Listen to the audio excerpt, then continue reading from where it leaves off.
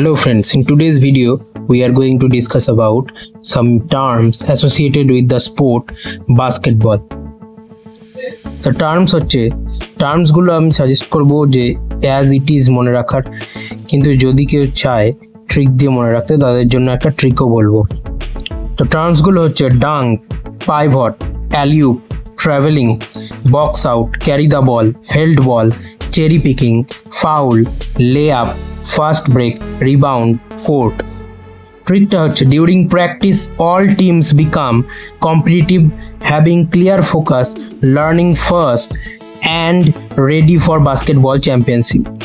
During থেকে মনে রাখবো ডাঙ্ক, প্র্যাকটিস থেকে পাইভট, অল থেকে অ্যালিউপ, টিমস থেকে ট্রাভেলিং, বিকাম থেকে বক্স আউট, কম্পিটিটিভ থেকে ক্যারি দ্য বল, হ্যাভিং থেকে হেল্ড বল, ক্লিয়ার থেকে চেরি পিকিং, ফোকাস থেকে ফাউল, লার্নিং থেকে লে আপ, ফার্স্ট থেকে ফার্স্ট ব্রেক, রেডি থেকে রিবাউন্ড।